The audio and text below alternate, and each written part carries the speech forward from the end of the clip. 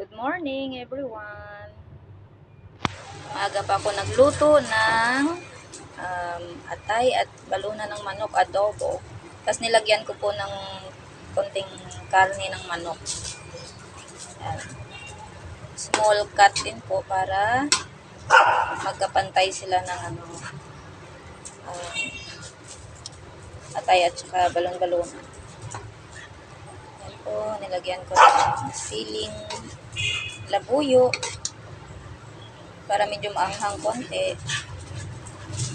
paminta, asin, ginisa ko po sa sibuyas at saka sa bawang, nilagyan ng toyo at saka suka.